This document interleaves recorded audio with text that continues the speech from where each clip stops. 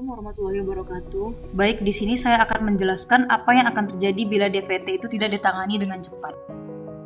Nah, yang pertama, apa sih itu deep vein thrombosis atau DVT? DVT atau trombosis vena dalam adalah gumpalan darah di pembuluh darah. Nah, biasanya DVT ini terjadi pada kaki.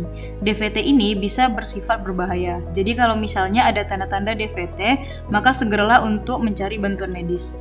Jadi trombosis vena ini itu dibentuk karena adanya pembentukan bekuan darah di dalam vena, di mana sebagian besar dari DVT itu terjadi pada tungkai. Sedangkan hanya sekitar 5% itu terjadi pada vena yang superficial, misalnya pada lengan. Nah, trombosis dari vena ini bisa terjadi karena spontan, bisa juga karena adanya kondisi penyakit tertentu, dan bisa juga berhubungan dengan trauma atau pembedahan sebelumnya. Apa saja sih tanda dan gejala dari DVT? Nah, jadi di sini ada sebuah gambar yang menggambarkan bagaimana bentuk dari DVT itu sendiri. Di sini ada gambar yang ketika pembuluh darah itu normal, maka aliran darahnya itu akan lancar. Sedangkan ketika terdapat trombosis pada vena dalam, maka ini bisa mengganggu aliran darah tersebut. Nah, gejala atau tanda-tanda yang biasanya terjadi pada DVT itu yang pertama mulai dari riwayat terlebih dahulu, di mana adanya riwayat imobilisasi atau tidak digunakannya tungkai dalam waktu yang lama, yaitu lebih dari 3 hari.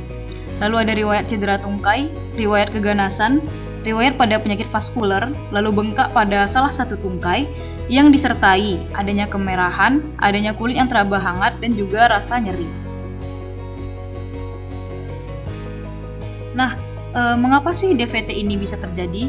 Jadi untuk perjalanan penyakitnya, DVT itu bisa karena adanya statis dari vena, lalu bisa menghambat aliran darah vena itu sendiri. Hal kedua itu karena adanya kerusakan dari pembuluh darah, baik karena trauma langsung pada pembuluh darah, maupun adanya aktivasi dari sel endotel pembuluh darah oleh sitokin yang dilepaskan. Selanjutnya bisa karena perubahan daya beku darah, di mana kalau misalnya ada pembekuan darah itu meningkat aktivitasnya di dalam pembuluh darah, maka bisa mendukung dari terbentuknya si trombosis tadi. Nah, dari ketiga hal ini secara bersamaan atau secara bersama-sama akan membentuk trombosis vena. Nah, selanjutnya apa saja komplikasi dari deep vein thrombosis atau akibat dari deep vein thrombosis ini? Nah, yang pertama itu ada emboli paru. Emboli paru ini terjadi kalau misalnya bekuan darah dari tungkai tadi terlepas, kemudian mengikuti aliran darah dan tersangkut dan menyumbat pembuluh darah yang ada di paru. Bila bekuan darahnya itu besar, lalu menyumbat seluruh dari bagian pembuluh darah, maka bisa berakibat fatal dan menyebabkan kematian. Yang kedua ada post-thrombotic syndrome. Nah, hal ini terjadi ketika DVT itu selesai atau sesudah dalam waktu yang lama, bisa dalam bertahun-tahun. Nah, akibat dari komplikasi ini, pasien akan membutuhkan pengobatan yang berulang kali.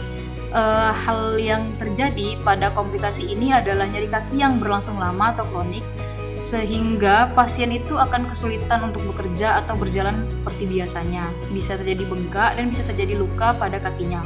Hal ini akan mempengaruhi kehidupan pasien dengan menurunkan kualitas dari hidupnya. Terakhir itu ada sindrom pasca plebitis. Nah, sindrom pasca plebitis ini apa sih? Ini merupakan sebuah kerusakan pembuluh darah akibat dari bekuan darah yang akan mengurangi aliran darah ke daerah yang sebelumnya terkena si DVT ini. Nah, hal ini juga akan mengakibatkan terasa nyeri, terasa bengkak, terasa kemerahan, dan lama-lama juga akan membentuk luka pada kulit.